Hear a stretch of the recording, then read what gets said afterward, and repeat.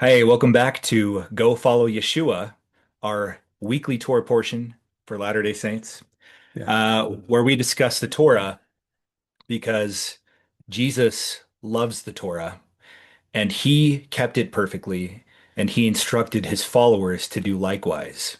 So we are here to You try might to, you might say that he fulfilled all right, righteousness, he fulfilled all righteousness in which means to do. Yeah. to do. He Yeah. embodies Torah Right. and he wants us to do the same. And in fact, the He gospel. is, yeah. I love that I'm sorry to keep interrupting. No, please go for it. Embodied, like he is the word made flesh. It Yes. literally is like an embodiment of God's Torah. Yes. The principles contained in Torah, he perfectly embodies. Yeah. And then the outward bodily rituals and things of Torah, he observed. And so we're here to discuss and learn Torah so we can do likewise. He instructed his followers to keep Torah, notably during the Sermon on the Mount and Sermon at the Temple in the Book of Mormon. And those, in fact, are him re-giving the Torah. This is widely understood that the Sermon on the Mount is a recapitulation of Torah, sort of a renewal of the everlasting covenant. And so, again, we're here to discuss the Torah so that we can better live it and apply its principles. And for these reasons, it is relevant to Latter-day Saints. And Love it, that. yeah. And if you study the life and mission of Joseph Smith, you will see that Joseph was headed in this direction, although he 100%. he was working with, Protestants, Us. us, right? The early Latter-day Saints were all Protestants, and some of that baggage includes a view that Torah is irrelevant or even wrong for different Mm. reasons.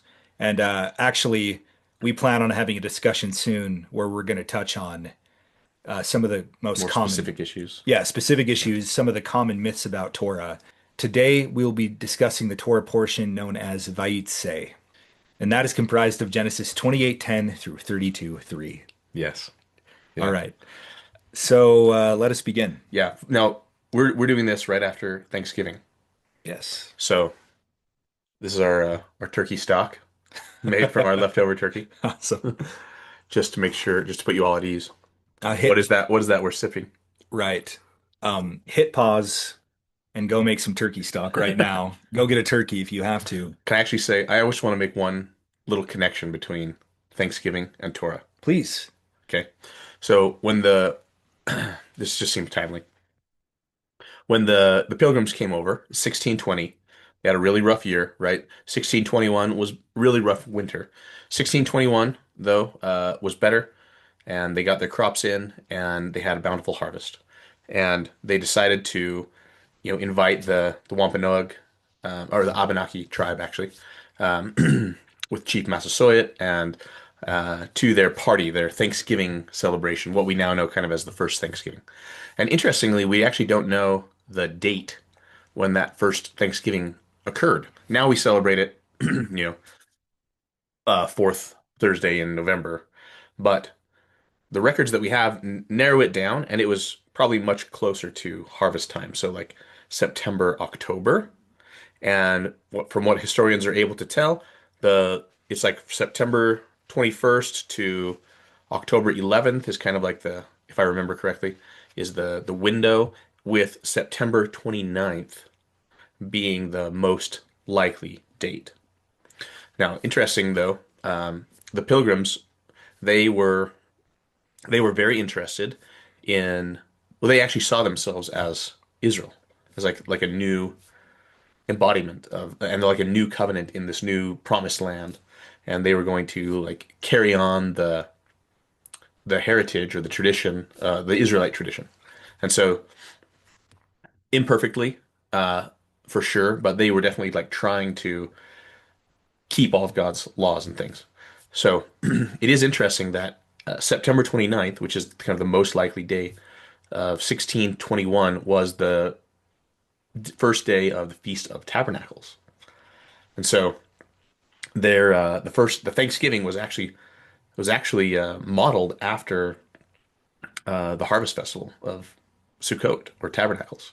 And so when we're celebrating Thanksgiving, we're actually celebrating kind of a belated Feast of Tabernacles. That's So, fantastic. yeah. A lot like Hanukkah. Hanukkah is also a belated Feast of Tabernacles. Yeah. That's amazing. So, Excellent. Thanks for that little bit of American history. yeah. Yeah, a lot of the early Americans identified with Israel, and that's not an accident. Right.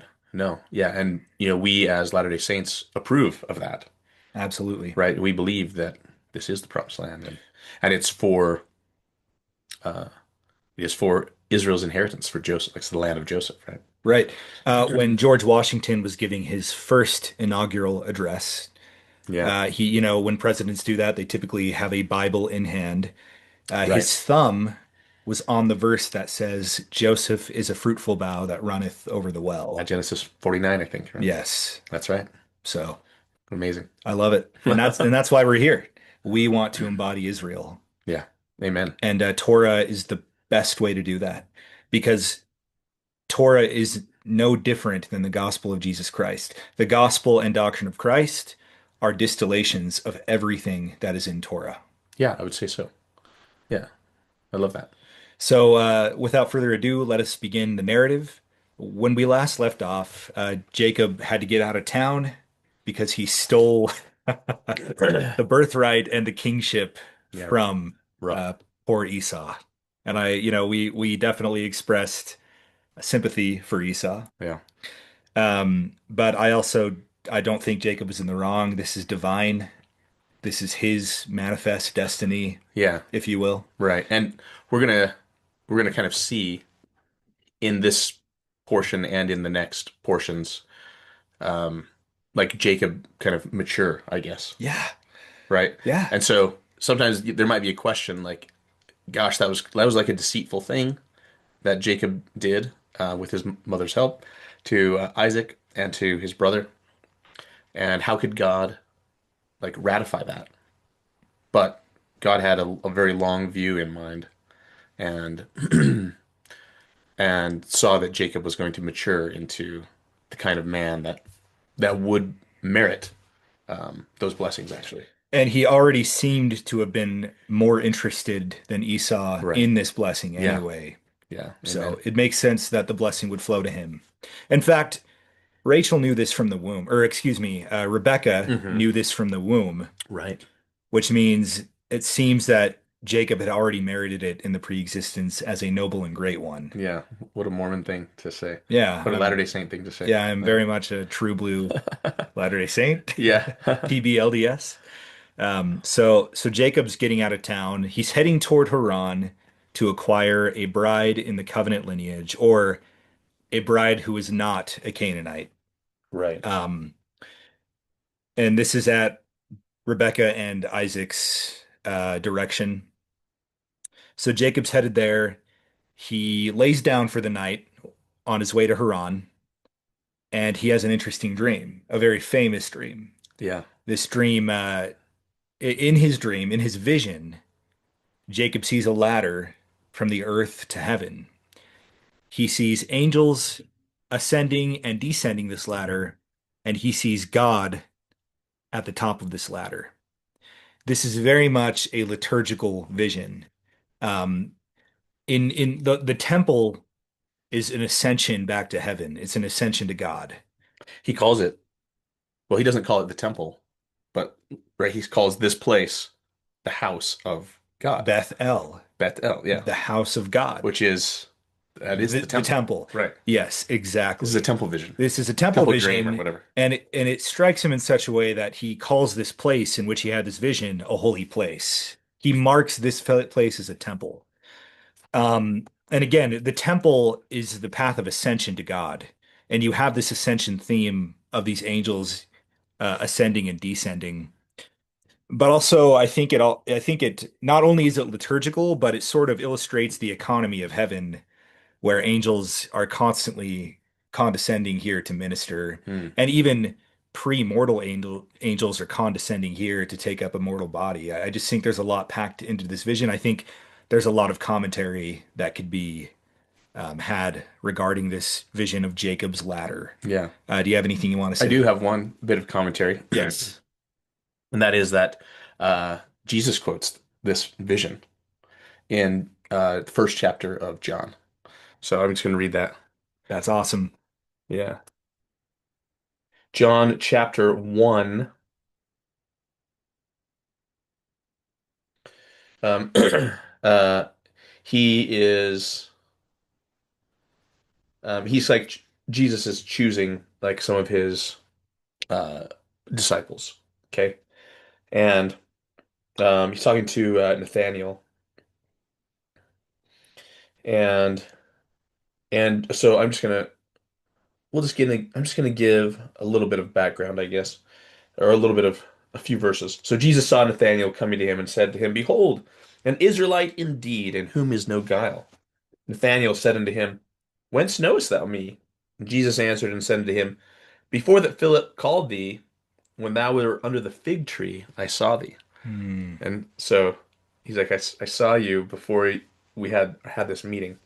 Nathanael answered and said unto him, Rabbi, thou art the Son of God, thou art the King of Israel. Jesus answered and said unto him, Because I said unto thee, I saw thee under a fig tree, believest thou? Thou shalt see greater things than these. And he said unto him, Verily, verily, I say unto you, hereafter ye shall see heaven open, and the angels of God ascending and descending upon the Son of Man. Wow. Yeah. Now, it's interesting that um, in the vision that Jacob has, I mean, here Jesus is saying, I mean, Jesus calls himself the Son of Man. So he's Hmm. saying, angels, you're going to see the heavens open and angels ascending and descending on me. But in Jacob's vision, it says that the angels were ascending and descending on the ladder, Mm. Wow. and ascending and descending on it. It says, meaning the ladder. Right. But in Hebrew, uh, you know, uh, there isn't really a word for it. So um, I think the Hebrew can be understood as he saw angels ascending and descending on him. Isn't Him meaning referring to the ladder because the right. ladder's It's a masculine word. right. Yeah, and so here, Yeshua, Jesus is like pointing out that he in some way is this ladder that is the bridge between heaven and earth. He is the intercessor. He is the temple. He is the law. He Yes. embodies the path of ascent. Adam embodies the journey from creation down to fall. Yeah. Christ embodies the journey from fall, or from, yeah, fall back up to at-one-ment Yeah. or atonement. Yeah. This is Wow. amazing too because this is in John chapter 1 where it talks about how God will tabernacle with us. The word made flesh. Yeah. So Jesus is saying I am God's house, Amazing. right? I am Yep. the temple. I am and this is of course we've talked about before like there's just so many layers of symbolism here. But but Jesus is God's temple or tabernacle, on the earth. And he draws on Wow. that dream there. There are layers of symbolism, but at the same time, all truth is circumscribed into one great whole. Christ is the embodiment of the law. The temple is the physical representation of the law. All of these paths of ascension, it's Yeah, all one. it's amazing. Yeah, it is amazing. I'm glad you brought that up. So thank you for Yeah, sharing that. So in this vision, he sees Yahovah, God, the God of his fathers, Abraham and Isaac, at the top of the ladder. And God reconfirms the Abrahamic covenant or everlasting covenant with Jacob. And I think this is the first time, and I might be missing one in the last portion, but I think this might be the first time God confirms his covenant personally with Jacob. yeah. Like Isaac kind of gives it to him in the last. Isaac says, "And may God give thee the blessing of Abraham and to thy seed."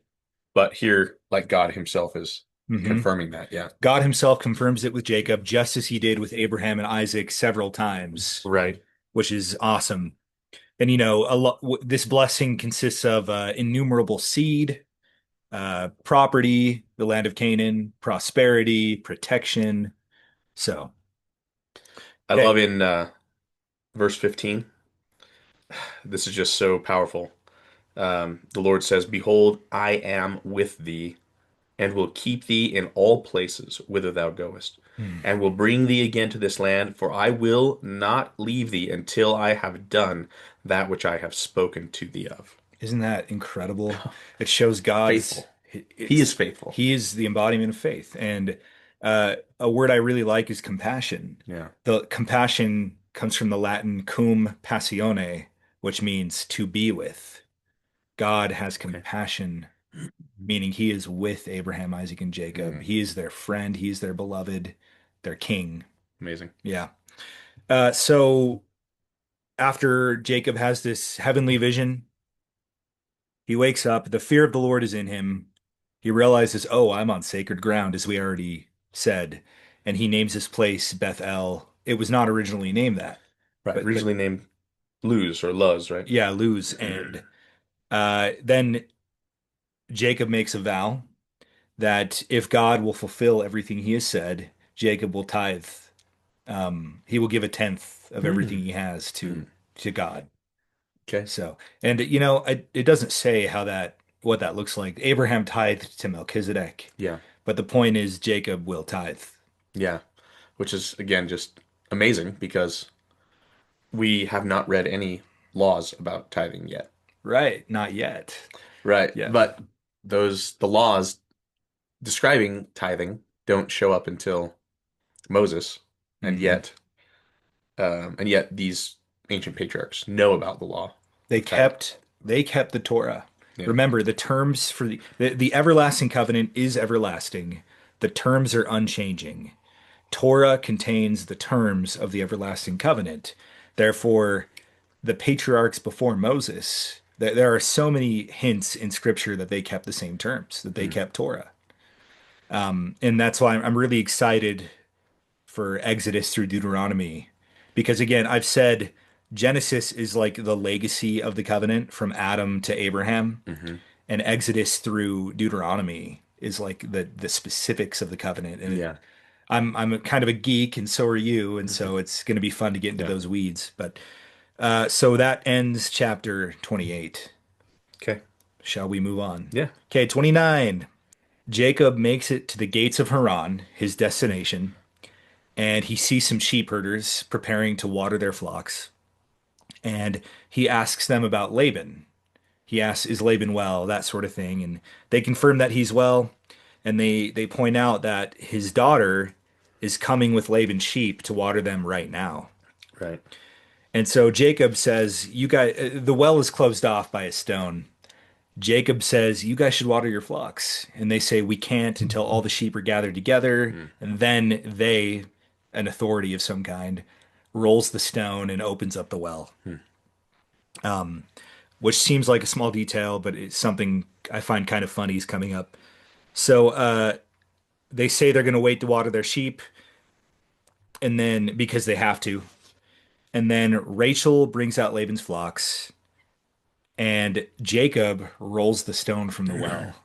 And it's funny because I never noticed this before. It's like, Yeah, Jacob's not the authority. He's not like this is premature. If I'm reading correctly, Rachel brings out Laban's flocks, and it's like it doesn't say that all the sheep have been gathered yet or mm, anything, but Jacob takes it upon himself to roll the stone off the well, for like her. for her. So it's already clear that he's smitten.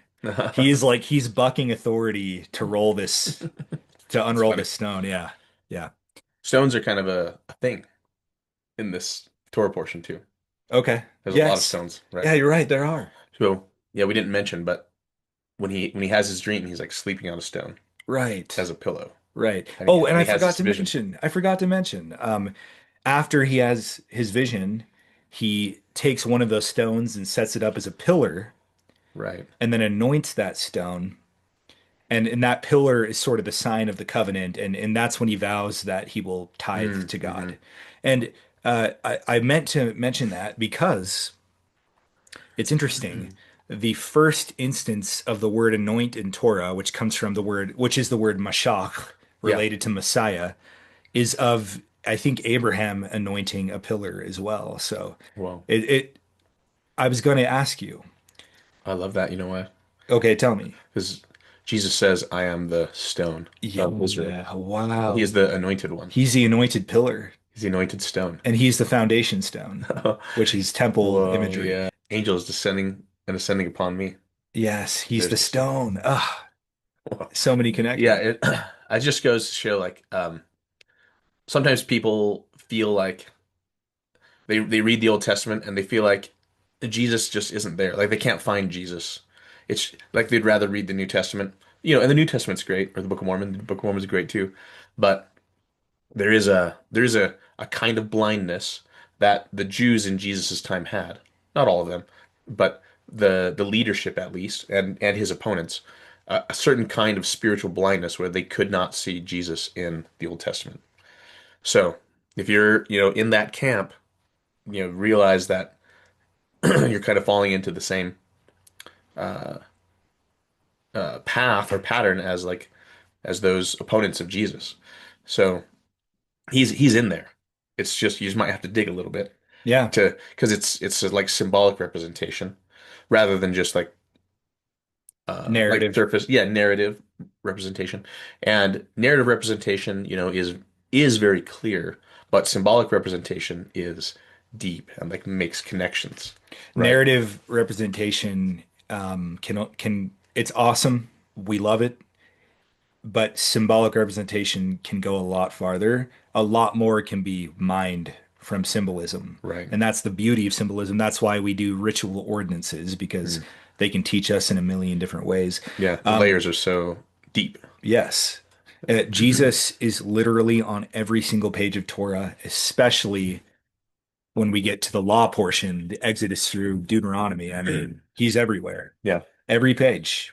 every page. And I'm not just saying that. That's not an empty claim. Hmm. So I can't wait to bring some of that out. Okay. So again, Jacob acts all macho, and I get it. I do the same thing. He's apparently smitten by Rachel, and he rolls the stone so that the sheep can be watered. He immediately embraces Rachel and kisses her, Yeah. and he is, like I said, utterly smitten. And then he explains to Rachel that he is her kin. Yeah. He's her cousin or something, right? Her second cousin or first Yeah. cousin I mean, or it says um Jacob told Rachel he was her father's brother. Mhm. Okay, which is yeah, on one sense there's a yeah, it just means like a male kin. There is another meaning, which I'll get to later, Okay. but just put a pin in that thing He's her because father's brother. father's brother, yeah, Laban, father is Laban, right? Yeah. He's Laban's brother. So Isaac's brother-in-law, Laban. correct. Yeah. Cool. Yeah, so Laban is Jacob's uncle, Hmm. right? Maternal. Yes. Excellent. And they're cousins. So they go back to Laban's house and they have a very warm encounter. Yeah. And then Jacob stays for a month. And after a month of staying there, Jacob or Laban asks Jacob if he will serve him, if he'll work with him. And he asks Jacob his price. What will your wages be? Yeah. And Jacob says, I will serve you 7 years for your daughter's hand, for Rachel's hand. Hmm. And Laban agrees. Do you want to okay, continue? No, please. This is another like amazing like Torah law, law of Moses thing that's showing up before when Jacob is destitute. Like Jacob doesn't have any money or property. He didn't bring anything. Yeah. He left by Right. himself. Yeah. His father's goods and home are, Well, Isaac's still alive, and yes, Jacob is the inheritor of the kingdom. He has future wealth, yeah. but he doesn't have current Yeah. But wealth. he's poor. He's poor. Yeah. So it's just a little foreshadowing here of some things, but in the law, if someone is indebted and and they're impoverished for whatever reason, they actually have the the option of indenturing themselves. So they'll basically work off their loan, right? Or their debt, whatever. But according to the law, the longest amount of time that you can be in debt is 7 years. Mm, So what Jacob is actually telling Laban is like Rachel is so valuable that I will serve for like this is like the maximum debt that I could incur to work for her. that's incredible. Yeah. He loves Rachel. Yeah.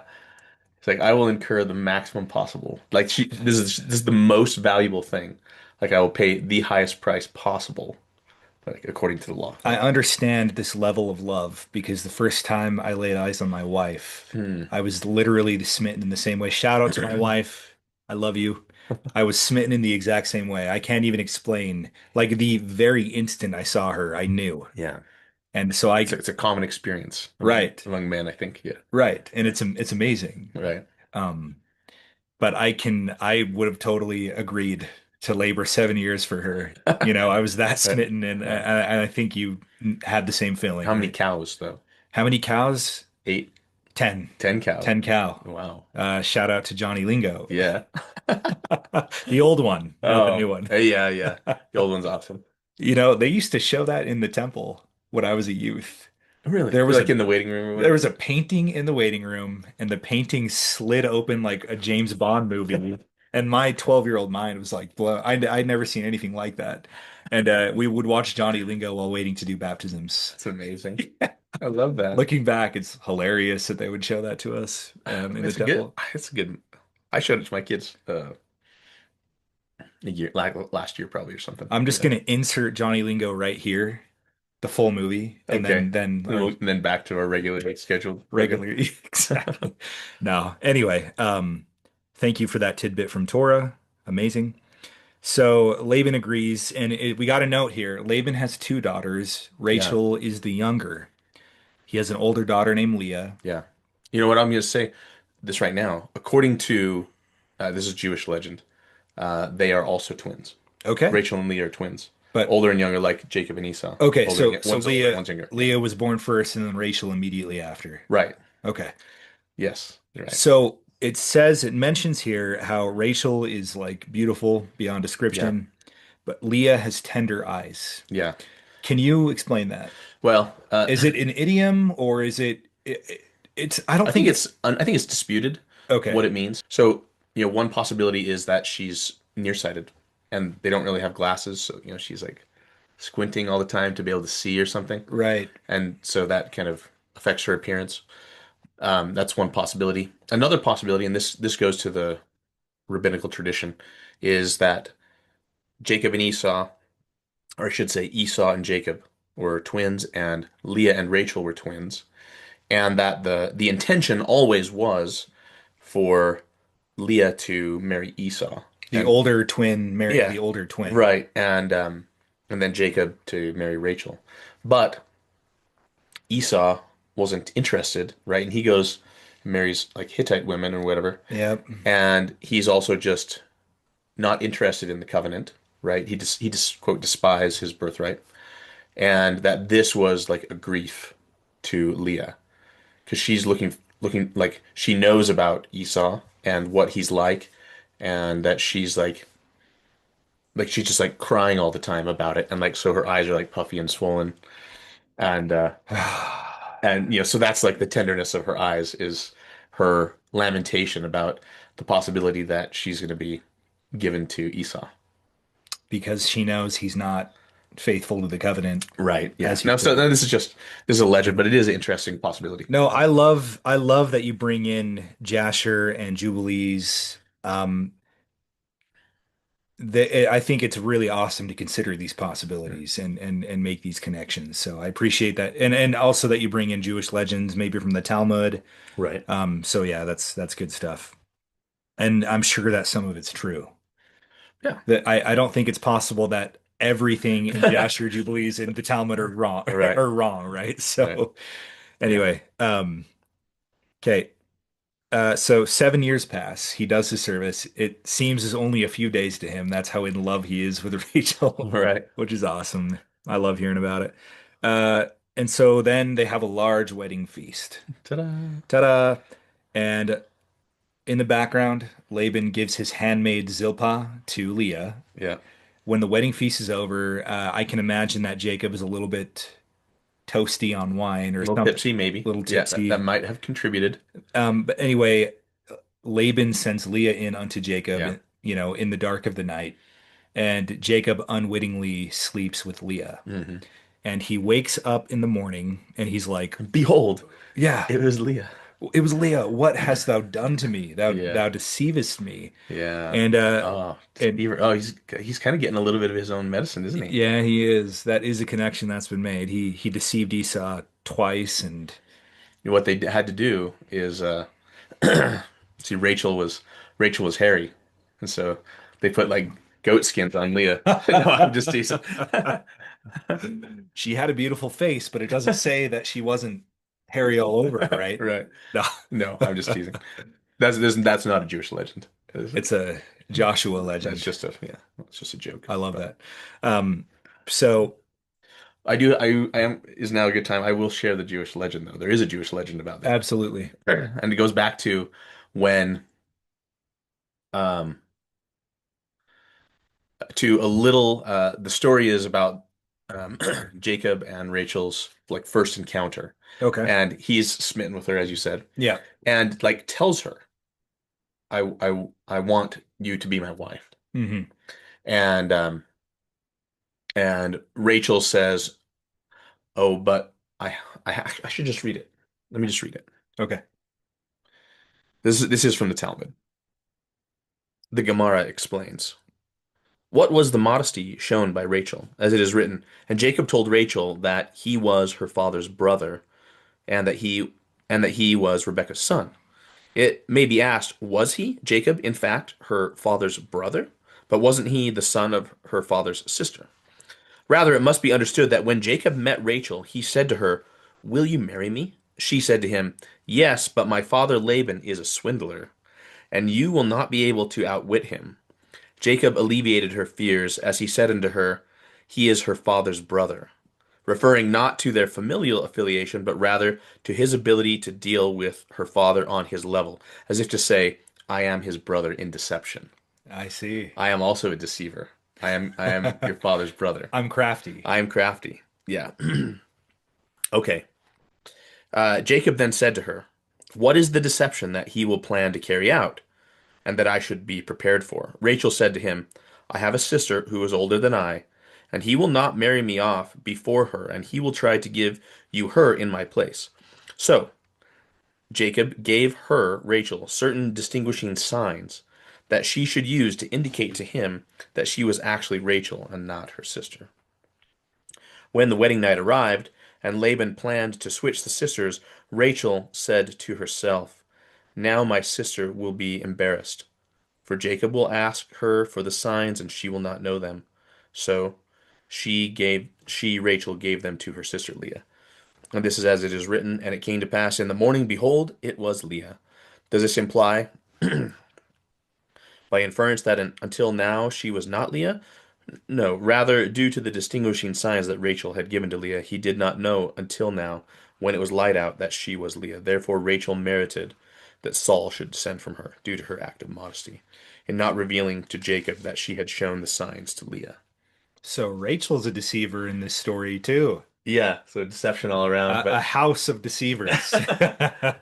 yeah, Okay. Well, very interesting. yeah, Cool.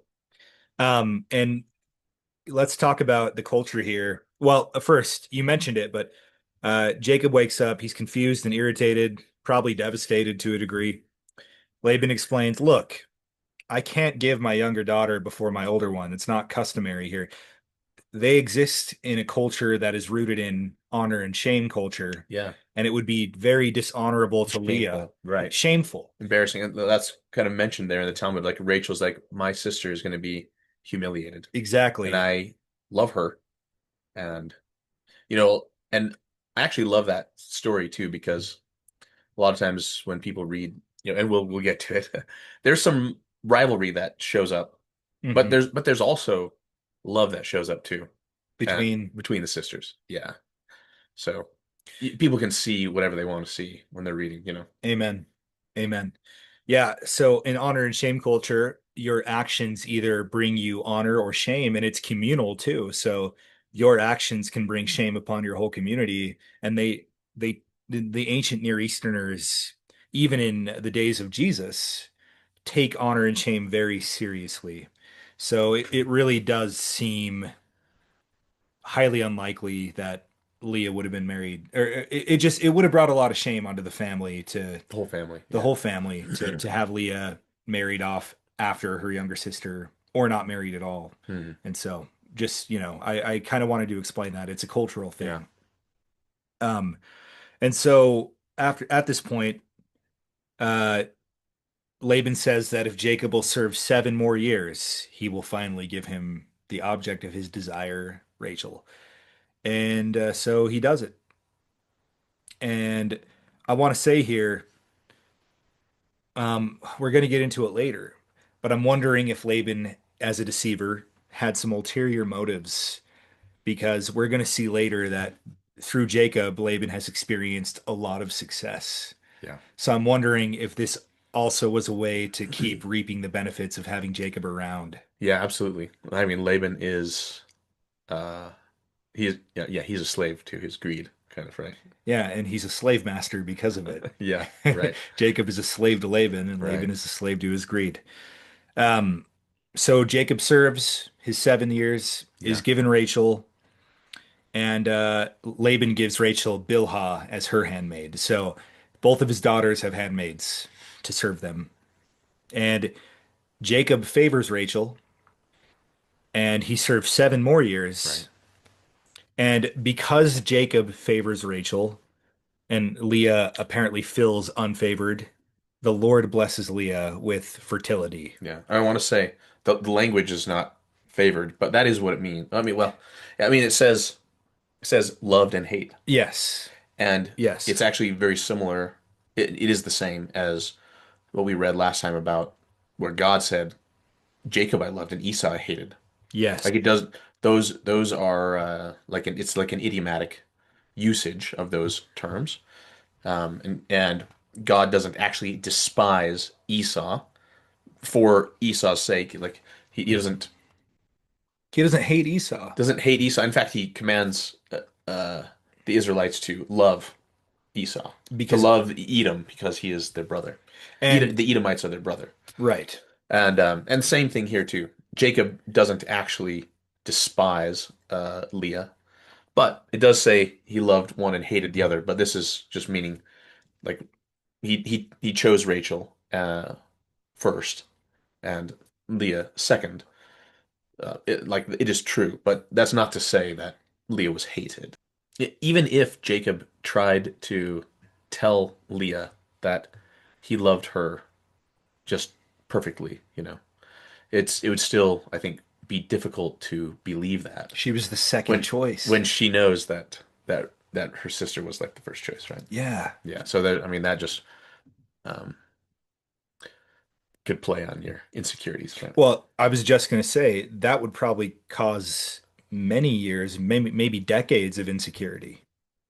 Right. So, yeah, let's read Genesis 29:32 through 35. I got it. Okay. Um, because it says Leah was fruitful, and so we're just going to read about her blessing of fertility from El Shaddai, God Almighty.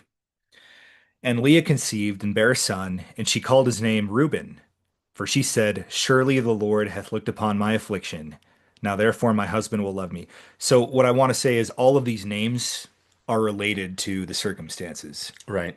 The definition of the name is in the verses. Yeah, it is. Um, and then 33, she conceived. So just and if you have the LDS edition of the scriptures, then and probably other editions as well, but there's a footnote down there. So yeah, she says uh, Leah called her firstborn Reuben, for She said, "Surely the Lord hath looked upon my affliction." And the name Reuben literally means, "Look, a son." There you go. It's a play on words. Yeah. Yeah. Um, and she conceived again and bare a son and said, because the Lord hath heard that I was hated, he hath therefore given me this son also. And she called his name Simeon. Simeon in Hebrew is Shimon. Shimon is related to Shema, which Ma. means to Here. hear. Yeah. The Lord has heard her. Yeah. Uh, Beautiful. and she conceived again and bare a son and said, now this time will my husband be joined unto me, because I have borne him three sons. Therefore was his name called Levi. Yeah. Or Levi, Levi. And she conceived again, which means joined. joined. Yeah. I'll be joined with my husband, or Yeah. Right. Exactly. yeah. And she conceived again and bare a son, and she said, now I will praise the Lord. Therefore she called his name Judah or Yehuda and left bearing. So for now, her fertility seems to have slowed down, or for whatever reason they Hmm. didn't have any more children. Judah's meaning Praise. praise God for Yeah. fourth son. Yeah. That's right. Praise Fantastic. God. Okay. All right. Genesis 30. Okay. Yeah. We're moving along. We're getting to some interesting territory soon.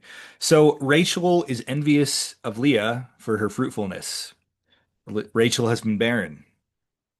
And she commands Jacob to bring forth sons. Like, why am I not having sons? What are give me sons. And Jacob angrily says, like, I'm not God. I can't fix All this. right. And to remedy this issue, a familiar motif appears, and that is Rachel gives her handmaid Bilhah to Jacob, Yeah. which Sarah did to Abraham. She gave Hagar to Abraham. And Yeah. so, uh, It's interesting. There's like the matriarchs, like except for Leah, but Sarah, uh, Rebecca, and now Rachel all like have fertility issues, yeah, and which brings about which like allows God to show His power, right, in this absolutely. situation, right, And this is a big and His deal. favor. Yeah. And the injunction and blessing to multiply is a huge deal to these patriarchs. Hmm. That is one of the main covenant blessings of covenant relationship with God. And it's the first commandment. So Right. this is a big deal. Yeah. Or it could be read as the first commandment in Yeah. Genesis 2 or 3, maybe both. Let's read Genesis 35 through 25 now. What? Sorry. Can I read verse 3? Yes, real quick. Rachel gives Bilhah to Jacob, and Yeah. so Jacob takes her concubine. Yes. Please, are you down to read three and then, are you down to read Yeah. 3 through 25? Sure. Okay. Okay. I'm gonna comment on 3. Okay, perfect. Okay. So she said, Rachel said, "Behold my maid Bilhah, go in unto her, and she shall bear upon my knees, that I may also have children by her." Hmm. And then later on, like in verse 6, we'll read it here in a second, but Bilhah actually conceives, has a son, but Rachel says, God has given me a son. So it's interesting that in some sense, I mean, later on in the text, um, the concubines, Bilhah and Zilpah, they are the mothers of their children, and those children are like credited to them. It's not as if Rachel is stealing Bilhah's child. Correct. Yes, it This is not that. Okay, but there is in some sense that she like shares this with Bilhah, and it's about covenant relationship. Rachel is Bilhah's queen, and her Bilhah's issue in some way can be credited to Rachel, but again, Rachel's not stealing no, this son, so yeah. right, yeah. So I want to just like point out that this kind of cultural um, or this facet of their culture, because it plays on what we talked about uh, in the previous Torah portion, where when Isaac is blessing Jacob, he says, he tell So let me back up. Rebecca had only two children, at least two that we know of. Okay, um, which is Jacob and Esau. But when Isaac gives him a blessing, he says, "Be Lord over thy brothers and thy mother's sons." Plural mothers, plural sons. No, singular mother over. Okay. Okay. Yeah, Yeah. but over your mother's sons, even though there's only one other son that we know about. But I think this is actually an interesting little textual, like a little Easter egg here, hidden, that could mean that uh, Rebecca has other sons, but through like concubines, Through her handmaids, through her handmaids, yeah, such her as servants, perhaps. Deborah. Yes, right. Which is a possibility. Hmm. Anyway, so this is what I'm saying is Section 132 says something about Isaac, and a lot of people kind of poo-poo that, but in reality, it does not contradict. And even stronger than not contradicting, there are actually hints that he indeed was plurally married. Hmm. So, Absolutely. okay, so keep reading. Can we just do 5 through 25? Yeah, Cool. okay. You just stop me when you want to comment. We're just going through a narrative regarding the fertility of Jacob's wives, Okay. basically. I wanted to cover this whole thing. There's a lot of data. And Bilhah conceived and bare Jacob a son. And Rachel said, God hath judged me, and has also heard my voice, and hath given me a son. Therefore therefore called she his name Dan, or Dan, which means to judge. And Bilhah, Rachel's maid, conceived again, and bare Jacob a second son. And Rachel said, with great wrestlings have I wrestled with my sister, and I have prevailed. And she called his name Naphtali. It is interesting there. It says with great wrestlings. Actually, the word there for great is Elohim. Mm. So with Elohim wrestlings, with with the wrestlings of God have I wrestled with my sister. Wow. Is what it actually like literally says. Um, okay. When Leah saw that she had left bearing, she took Zilpah, her maid, and gave her to Jacob to wife. So now Jacob has four wives. Yes, that's right. Okay. And Zilpah, Leah's maid, bare Jacob a son, and Leah said, a troop cometh, and she called his name Gad. And Zilpah, Leah's maid, bare Jacob a second son, and Leah said, happy am I, for the daughters will call me blessed. And she called his name Asher. And Reuben, Real quick. mhm. Um, Happy and blessed in this case, I think, come from the Hebrew ashrei, Yeah, right, which is related to Asher. correct. Yes. So again, the name is actually connected to the circumstances, right? Hmm. Yeah. And Reuben went in the days of wheat harvest, and found mandrakes in the field, and brought them unto his mother Leah. Then Rachel said to Leah, give me, I pray thee, of thy son's mandrakes. So you have comments about this? What are mandrakes? Mm-mm. I don't think we know what mandrakes are, but there's some kind of like herbal, some kind of plant that is like related to fertility. Okay. Okay. So okay. So Rachel wants them because she hasn't had the other three wives have all had children now, and she has not. So she thinks that these mandrakes will help her. So she said unto her, is it a small matter that thou hast taken my husband? And wouldst thou take away my son's mandrakes also? And Rachel said, therefore he shall lie with thee tonight for thy son's mandrakes. Working out a little deal with the schedule. And Jacob came out of the field in the evening, and Leah went out to meet him, and said, thou must come unto me, for surely I have hired thee with my son's mandrakes. And he lay with her that night. And God hearkened unto Leah, and she conceived and bare Jacob the fifth son. And Leah said, God hath given me my hire, because I have given my maiden to my husband. And she called his name Issachar. And Leah conceived again, and bare Jacob the sixth son. And Leah said, God hath endued me with a good dowry. Now will my husband dwell with me, because I have borne him six sons. And she called his name Zebulun. And afterwards she bare a daughter, and called her name Dinah. It's interesting, Dinah doesn't have a story or an explanation. Hmm.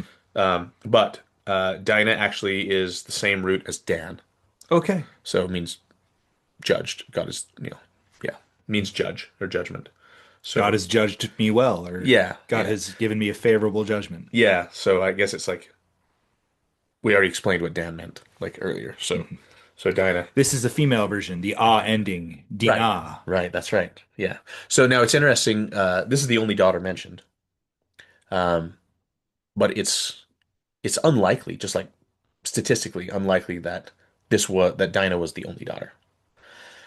But why is she mentioned? Well, it's just like so many other things in the Bible. Like the record is very terse, very abbreviated, and we only mention people that are necessary that are to like kind of that like come into the story later on, Hmm. right? And Dinah does, right? Yeah. Okay, 325, you said? Yes, sir. And God remembered Rachel, and God hearkened to her, and opened her womb, and she conceived, and bare a son, and said, God hath taken away my reproach. And she called his name Joseph, or Yosef, and said, The Lord shall add to me another son. And it came to pass, when Rachel had borne Joseph, that Jacob said unto Laban, Send me away, that I may go to my own place, and to my country. All right. So I wanted to like read all that because, that is the sort of beginning of the generations of Jacob, Yeah. right? And so I thought it was important to cover that. Do you have any I commentary? do want to say Joseph is just a very interesting name. Obviously, we have this Joseph. Joseph of old is Joseph. This is going to be Joseph of Egypt, right? But we have in our own day Joseph Smith. But Joseph means, do you know, I can't it remember. means to add. Oh, excellent. So isn't that excellent Yeah. for Joseph Smith, right? Yeah. Yeah. And it also means to gather, All right. to add and to gather. I love So, that. okay. That's actually really deep, considering both Joseph of Egypt and Joseph Smith Right. to add or to gather. Cool. Um, so Jacob asks Laban if he can leave. It's been a while. It's been 20 years. Right. He's been in the service of Laban for 20 years. And he wants to return to his tribe. This is a lost prince, like the age-old motif of the lost prince, right? It's time to go back home. This is his hero's journey. He has left home. He's been in the trenches for 20 years. Yeah. He's acquired, wives and children, and now it's time to go back home and claim the throne. If you remember, his mother, Rebecca, said, Go away to Laban, to my brother's house for a few days until Esau has calmed down, and then I'm gonna send for you. Hmm. And then day after day after week, year Yeah, after year, right. and finally, finally, um, finally he's like, it's time to go home. Yeah, and it is likely that Rebecca did send a messenger, which we don't hear about now, but later on we will. That it was her servant Deborah. Yeah, Okay. that comes. So we'll read about her later. But Sweet. So again, Jacob knows it's time to go home. yeah, And Laban asks him to stay because Laban has been greatly blessed by having Jacob around. His wealth, his flocks have multiplied. And I want to say something about Jacob and Abraham and Isaac as well. Jacob has been trained in the way of kingship and management. Okay. I don't think of Jacob as sort of this lone shepherd out there who's just really good with the flocks. I speculate and I think this is true that Jacob was out there managing all the servants. He was trained up in the way of kingship and flock management. And so yeah, he knows how to manage large scale operations. He is commanding servants, he's telling them where to go, he's handling the logistics. And under Jacob's management, Laban has just multiplied like his wealth, his flocks. So um, yeah, and he is not oblivious to that fact. he's not oblivious. No. And so Laban says, You should stay, name your price. And this we're kind of treading into one of the most perplexing texts in Genesis. Um, so let's dive in. Jacob requests that all the speckled stripes and spotted rams, the speckled and spotted she goats, and the black sheep go to him. Yeah. So Jacob's price, again, is to be given the speckled, striped, and spotted rams, the speckled and spotted she goats, and the black sheep. And Laban thinks this is a great deal. It's it seems that they make up a minority of his herd. It seems that the majority of his herd, goats and sheep, are like solid coated, are solid coats, right? These speckles and stripes and spots and black sheep are a recessive trait. Right. So Laban's like, man, this is an awesome deal. This is great. This is fantastic. Uh, And so, Laban's probably like, what an idiot. yeah, exactly. He's like, I thought that you were wise, but now I see You're a that, fool. but not as wise as I. And so Laban greedily has his sons separate Yeah, let's do it right now. Jacob's speckled and spotted flock from Laban's solid color flock Yeah. because he doesn't want any crossbreeding. He wants Jacob to To get cut it off. yes, Like to, yeah. he wants Jacob to get as little as And possible in like, this deal. yeah. So he has his sons take Jacob's Amazing. smaller flock, which contains those traits, and now Jacob goes 3 days out Yeah. to do. Some space. He puts some space between him and he takes Laban's flock 3 days out because that's what you did.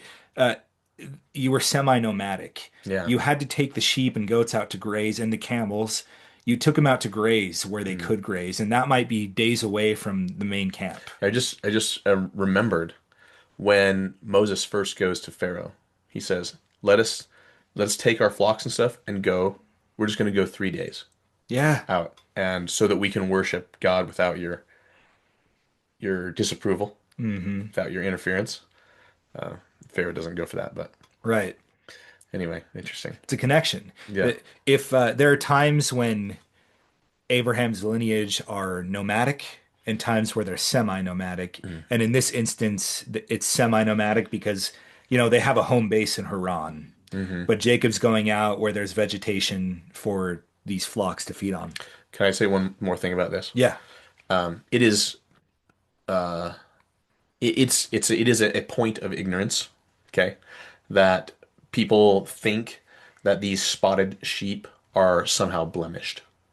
Right. That is not the case. But this comes from a New Testament verse, which I'm going to read right now. Okay. And blemish meaning like impure, unfit for Unfit for sacrifice. sacrifice. Yeah, right. Like yes, exactly. Okay, so this is from 1 Peter chapter 1 verse 19, talking about sacrifice of Christ. It says, "But with the precious blood of Christ, as of a lamb without blemish and without spot." So Christ is this lamb without blemish and without spot, and we know that Christ was like without sin or whatever, without impurity, without any kind of ritual defect, right? And so because of this verse right here, a lot of times you'll see like artwork of the Passover lamb, and it's always like a just a pure white, lamb. But that is not the requirement. Hmm. So there's actually there is sometimes, and this is kind of an unfortunate thing that just happens with translations, is that there are actually two different Hebrew words that both get translated to spot in English. So one, um, which is the spotted, speckled that Jacob is talking about here, is talah, if I'm pronouncing that right. And that actually literally just means like patched, patchy, or like spotted in color. Not a solid coat. Not a solid coat. That's all that it means. Yeah. And that is not a ritual, that does not cause ritual impurity for the lamb. No, that's a perfect lamb. Common myth. It Yeah. does not have to be a solid colored animal to be ritually fit. Yeah, there's only one time when there's a solid colored animal. Red heifer. Red heifer. That's right. Every other time it does not. The color doesn't matter. Okay. So the other word in the Old Testament, and this is used, like it is used in the case of the red heifer, for example, says tamim. And this spot means a lot of times you'll say without spot and blemish, very similar to what it says in the New Testament, without blemish and without spot. So these are like two different kinds of imperfections. Without like the word spot, actually the tamim means whole or complete. So in other words, the animal needs to be whole. So it can't be missing an ear or missing an eye Or or no cuts or yeah, tags or yeah, it can't you can't have docked the tail, for or castrated it, right? It needs to be a whole animal. That's what the spot means. no defect, no bodily uh, Yeah. harm or And anything like then that. the blemish part is, yeah, it might be whole, like it has both horns, but one of the horns is like crooked or something, or it has a lame leg or something. Okay, so that's the spot and that's the blemish. So interesting that there are places in the New Testament where this kind of without spot and blameless or without spot or blemish is used to describe like the saints. So I'm just gonna pull up one maybe. This is First Timothy 6:14. Um, um, so he's gonna give he gives he says I will read verse 13 too. I give thee a charge in the sight of God, who quickeneth all things, and before Christ Jesus, who before Pontius Pilate witnessed a good confession. I give you a charge that you keep commandment without spot, unrebukable. So when he says keep the commandment without spot, this is tamim. That means whole. It means Right. all the commandments. You keep the commandment without spot and unrebukable. So that means like you keep everything, and also that all the things that you do keep are done correctly, Hmm. right? So when the New Testament uses this, it's talking about this whole or completeness. But when Jacob is talking about the spotted sheep, the Hebrew word is actually just means patchy, or not a what'd you say? Not a solid coat. Yeah, Right. yeah, Yeah, that's really fascinating, and we will go more in depth regarding those things when we get to like the law portion yeah. of the law of Torah, um, when it describes sort of the ritual instructions and all that. But I appreciate you bringing that up. That's super interesting. And so we're at the point where uh, Laban withholds Jacob's flocks, so they can't breed with Laban's flocks, so it doesn't give Jacob any more, sheep and goats, To work with. to work with. Yeah. So Jacob takes Laban's solid coated flock 3 days out to feed them to pasture. And because this is the Near East and it's not necessarily fertile everywhere, right? Mhm. There's a few places where the Near East is fertile and they're kind of few and far between. Yeah. So It's um, arid. Yeah. it's pretty arid, pretty dry, right? So this is again a strange passage. People have a hard time understanding it. But what happens is Jacob sets up an extremely successful breeding program All right. through advanced skills in herbalism and direct inspiration from God.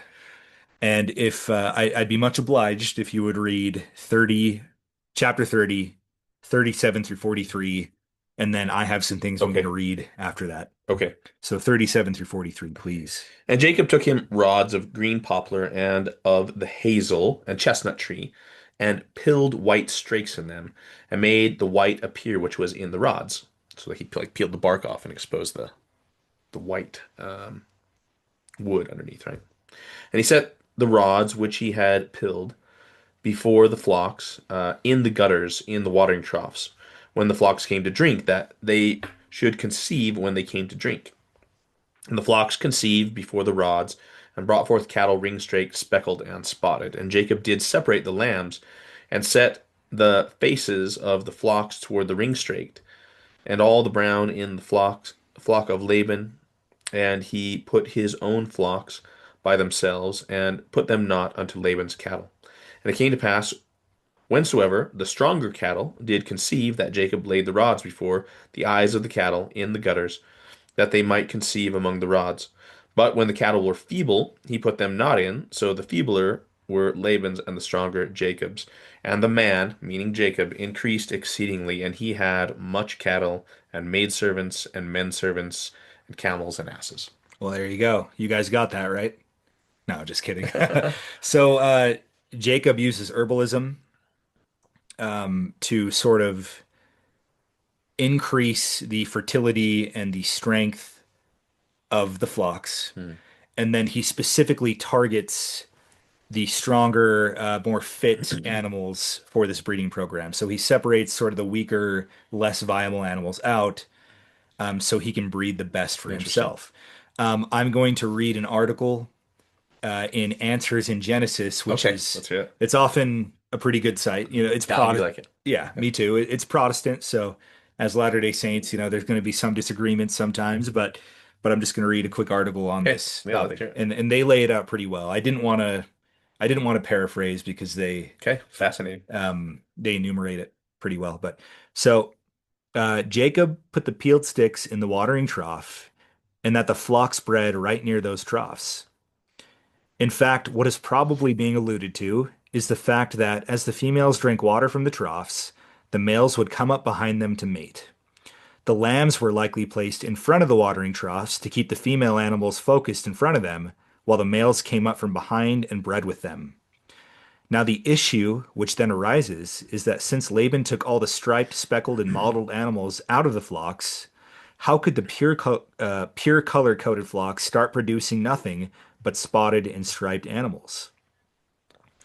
And we're gonna answer that question later.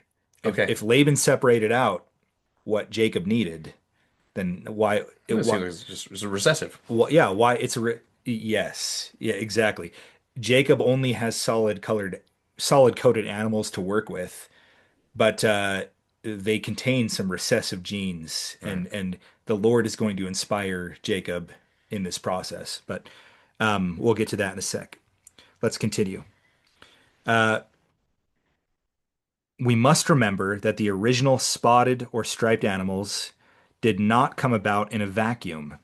There obviously was the genetic information for at least some of the animals to have spotted or striped coats.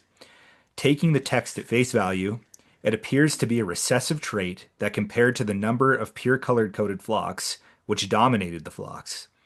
If things were to work out the way they did, Jacob needed to have those animals with the genetic traits for stripes, spots, and mottling to outbreed the single color coated flocks. This would require three things: intricate knowledge of the animal's feeding and mating behaviors, medicine to keep such animals healthier, and an understanding of which animals had the genetic traits he needed to produce. We'll tackle the medicinal herbs later, but for now, let's consider the genetics. Fortunately for Jacob, he did not need to know anything about genetics. All he had to do was obey God. Um, Jacob was given advanced knowledge of which animals would be born due to which animals were breeding. But wait, how could there be any spotted or striped animals to breed when they had already been removed by Laban? We need to keep in mind that this was a vision and that the striped and spotted animals were most likely God showing Jacob the underlying genetic makeup of some of the flock. All Jacob did to perhaps help God's providential breeding program was to ensure that either he gave certain animals herbal medicines to make them healthier and or whatever animals seemed physically stronger were given the herbal remedies and extra feed at breeding season, and apparently solid animals providentially produced more spotted ones. So uh, it hasn't said it yet, but Jacob explains to his wives later that God had given him a vision of spotted and speckled stripes feeding, Hmm. even though all he had to work with were solid coated flocks. So it seems like God showed Jacob like the genetic makeup of these solid colored animals to show him which ones had the recessive traits for spots and speckles and modeling, Interesting. basically. Yeah. And then just one more. Let's talk about the herbalism involved here now. Okay. Um, Several sources claim the poplar and almond trees have medicinal properties for both humans and livestock. There are several scientific journal papers that mention that the particular trees from which Jacob peeled the sticks supposedly cure urogenital problems, reduce fevers, work as anti-inflammatories, and aid in reducing reproductive disorders. All of these would make an animal healthier and more likely to produce healthy offspring. Interesting. Yeah, amazing. That's cool. Every herb mentioned, like, Now is you said almond. yes. Now the King James says poplar, hazel, and chestnut. Do you know which of those is a I don't. okay? I didn't look that deep 'Cause into it. sometimes that there's like uh there's rare words that are used that there's like dispute about which what the meaning is. So I'm Right. just curious if And the King James translators, our knowledge of Hebrew has grown more advanced yeah, in the last right. 400 years, as you would hope. So, We discovered more documents and more inscriptions and and then more data points. we've been able to like look at Aramaic and Akkadian and Yeah. Ugaritic to sort of help. To like triangulate meanings of things. Yes, Right. exactly. Um, and finally, just one more paragraph. Several studies have been done on poplar and almond tree bark, leaves, nuts, and twigs. And they mentioned that sheep would eat these and that ewes specifically benefited from them. Also, many of the chemical compounds would still be beneficial even by simply steeping in the water. So again, um, Jacob separated the weaker animals from the stronger, more fit animals. He gave the fit animals all of these herbs to increase their fertility and their strength. And then God gave him a vision of which of those animals had sort of the recessive traits he wanted. Hmm. And so Jacob essentially creates speckled, spotted, and striped animals out of thin air, Yeah. but through with God's providence, Amazing. Yeah, it's quite amazing. Hope that wasn't too complicated to understand, but that's the basic gist of it. You know, when I love that. So that's very cool. I Yeah, actually want you to send me that article. I will. But when I think about Jacob doing this, it reminds me of the brother of Jared. Okay. Like I've got this problem and I need you to we need light. And so he's like, I'm going to like make some stones and I want you to the stones by themselves maybe wouldn't do much, but like God touches them and then like a miracle occurs. And so Wow. like I kind of think about this in that way. Like okay, I'm gonna like make some sticks that are like striped and speckled, like I want the sheep, and then God like does a miracle. But it's like Amazing. God like meets, you know. But I like the herbal when I thought that's pretty cool. It's amazing. And I didn't even consider that. Like you just said, Jacob, I'm gonna he's do my little teeny part yes, and he separates the weak from the strong. yeah. He gives the strong herbs to facilitate the process. And then, like you said, God gives him the miracle, Right, what he right. needs to get the rest of the way. I Yeah. mean, Amazing. yeah, cool. That's a cool connection to Hmm. the brother of Jared. Um, and that's it for 30, if unless you have anything else Nope. to add. Okay. So Jacob comes out of this very successful. His breeding program was successful. Smashing success. Uh, Wild success. yeah, wild success. And now, again, How frustrating for Laban oh too. yeah, Laban thought he was He's getting a like, I great got him. deal. Yeah. I get to keep Jacob for like dirt cheap, Yeah. He thought he was really getting one over on Jacob, but Yeah. so Jacob Have re you just as on a side note, there is a breed of sheep still, and I don't know, but I think the claim is that they are like it's like a Mediterranean, Middle Eastern breed of sheep called Jacob sheep. okay. Have you heard of them or seen No, them? not at all. They're not white. They are like patchy and stuff, but Okay. they're really interesting because both the male and female are horned, and they have multiple sets of horns. Like they Wow. have like they have like four horns each. That's amazing. Yeah. Okay. So they're pretty cool. I'm gonna look Go it up. check out Jacob Sheep. I will. Yeah. That actually sounds fascinating. Yeah. Um, so Jacob returns, having increased his wealth dramatically.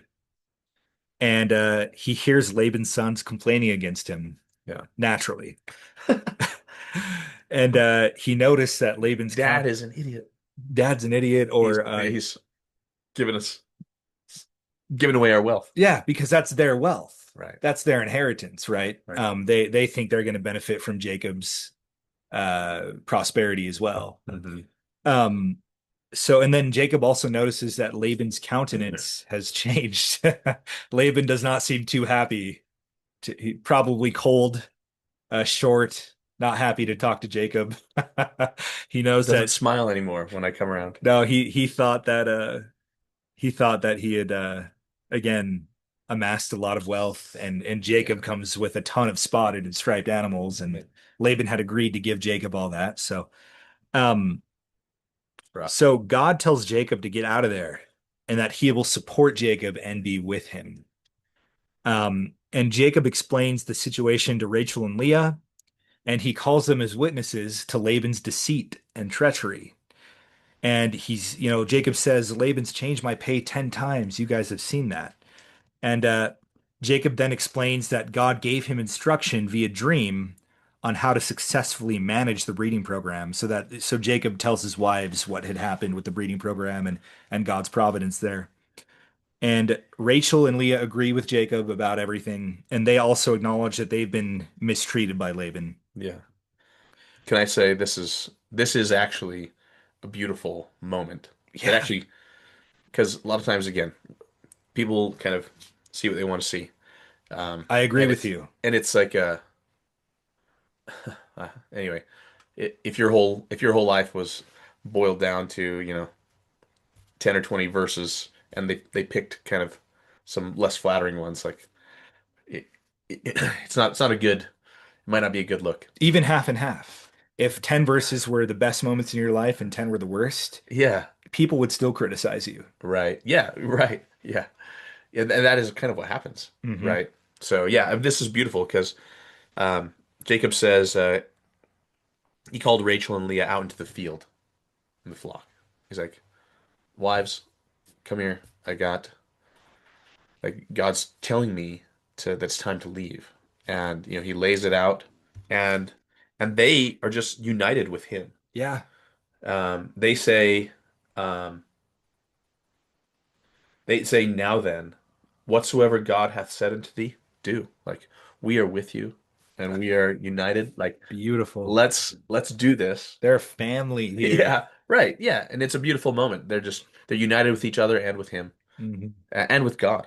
Amen. Yeah, I mean this is a very touching moment. It actually is. Like I do feel the spirit right now. Um, it would be easy to just read over this, but this is a big deal. I mean, a man and his wives united with God, like we shouldn't just gloss over that. We should Yeah, actually consider that. Before they go, Rachel steals one of her father's idols. Okay. So she does that, and they more hope than one. more than one. Yeah, the images. The images, right? So And yeah, these are idols. and Jacob doesn't know that.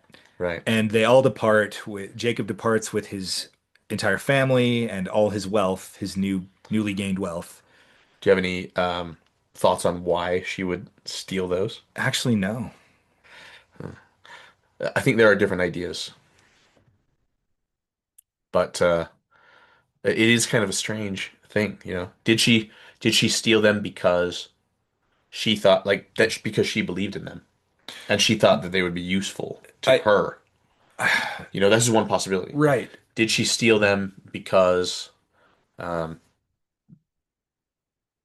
uh she was that because she rejected them and she was united with Yehovah, God of her husband, and was she just like showing her father that his idols are so easily defeated or whatever? Like, and this is like an insult to the injury. Hmm. The book of Jasher actually says that she, although I don't think she didn't worship or didn't use the idols in her own worship, but she believed that there was actually power behind those things. Mm. And so she actually took those, this is according to Jasher. She took those idols so that her father would not be able to consult them to like find out where Jacob and his family were fleeing. That sounds viable. Yeah, so at this point, they've left and Rachel has stolen the images. Yeah. Uh, and Laban realizes and he pursues after them with an army, like his sons and Boom. his brothers, his Yeah. servants, whatever. Saddle up, boys. Yeah, so this is kind of a big deal. And God warns Laban in a dream, do not do any harm to Jacob. Do not do function or dysfunction, don't do anything. Yeah. Um, so Laban catches up to Jacob. He airs his grievances with Jacob. Then he asks why Jacob stole the idol. Now, Jacob has no knowledge of this, and he says that whoever stole it will die. Ooh, rough. Rough. So Laban searches the entire camp. Rachel hides the idol. Is Yeah, so like the camel's furniture it says. So like the camel's saddle is like they like unsaddled the camel. They're just in camp or whatever. right, But the camel's saddle is sitting in the tent. like a chair, Yeah, yeah, yeah, a yeah. cushion. It's Yeah. like yeah, she's sitting on it, and what the guy with the idols hidden underneath it. And it's interesting. She says, "The custom of women is upon me," meaning she was on her period. Oh, okay. On her period, not with child. It No. was her menstrual cycle. Yes. In other words, don't touch me, and also the stuff that I'm touching is unclean. Oh, this is Oh, again more proof that oh they yeah. kept Torah What in the world? because she is ritually impure That's and right. she would impart that ritual impurity to Laban. Yeah. And anything she touches is ritually Yeah. Isn't it impure. amazing that it mentions this like Okay. before, supposedly before those things were ever given? The way I read that was she's pregnant and don't ask me to Ah, move, right, to get up at it because so that's really yeah. fascinating. Okay, and so Laban can't find this thing because Rachel hid it well, right? Or Yes. she was wise in the way that she hid it. Deceiver. So now, I mean, Rachel is. I mean, yeah, this shows Rachel's, like you said, like it's like a family of deceivers. She learned from the best, you know. yeah, right. It's so funny. So now Jacob begins airing his grievances. Whereas before Laban aired his grievances, now Jacob's Now the like tables are the turned tables because are turned. It's like so. He complains of all the wrong that Laban has done him, and so at this point they cut a covenant to never cross over this place with the intent to do harm to the other. yeah, Um, and Laban covenants in Aramaic because he is Syrian, he's Mesopotamian, and Jacob covenants in Hebrew. And you know. you'll go for it. But before we get to that, I'm just gonna point out yet another cool thing in verse 39. Um,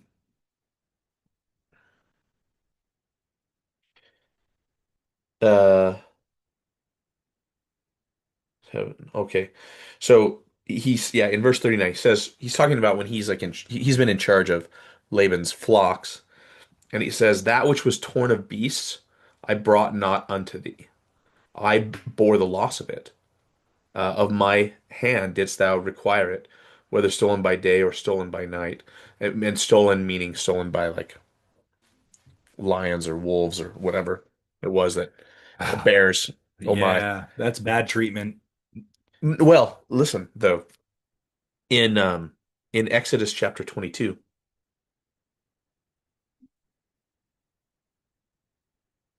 and this is not, it's maybe not exactly the same situation, but it says if if if someone is taking care of his neighbor's animals,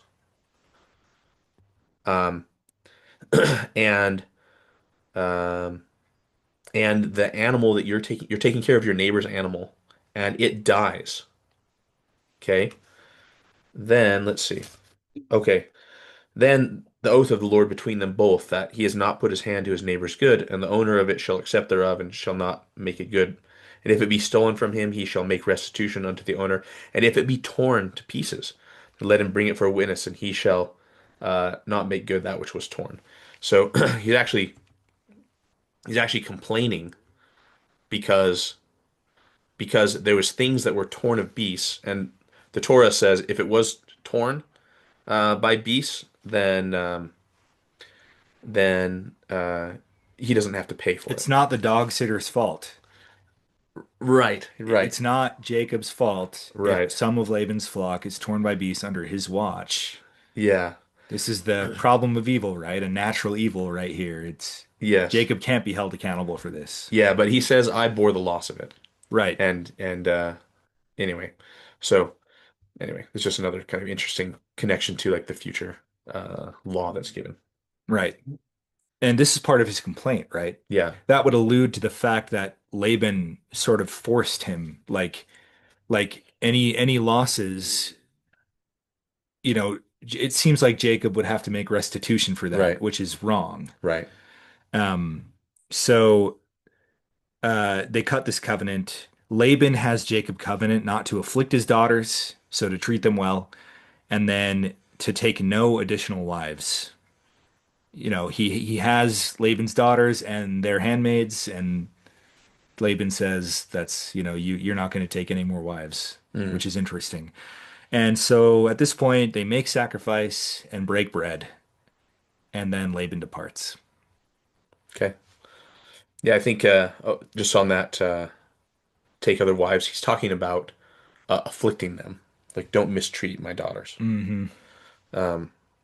And the I think the context is there is like don't take other wives and like don't neglect Right. my daughters, right? Which later on the Torah has things to say about as well. Cool. So Okay. So next chapter, Genesis 32. So Laban has already departed. Now, Genesis 32, Jacob departs, and angels of God come to Jacob. And he names the place which they came to him. I don't know the meaning of that word in Hebrew. I wish I would have looked it up. it's in the footnote if you have the. Excellent. It is very cool. What is it? Mahanaim. So like a lot of the times that naim is added when there's like two of something. Yeah, it's plural. Yeah, Mahanaim means two hosts or two camps. Wow. So Jacob's camp and God's camp. And the angels, yeah. Yeah. Wow. Okay. So Well, uh I think it's more than well he sees the two camp. There's yeah, the angels um angels go before him. They met him and yeah, I think that it's probably a little ambiguous. He says this is God's host and then he calls the name of the place two camps or two hosts. I think one understanding is that he could be referring to the angels, but the other understanding is that the angelic and the earthly, like that this is God's host. the whole Like the thing. whole thing. Yeah. Yeah, the mortal side of God's divine counsel That's and the exactly right. angelic side. Yeah, these hosts are God's counsel. That is God's counsel, the But divine counsel. there is something really sacred going on here. This isn't just like a, friendly meeting with small talk, and Right. Jacob is meeting with the divine counsel of God, and God is always present with his divine counsel. Right. So this is really cool stuff, and there's obviously like no detail on what's going on, Right.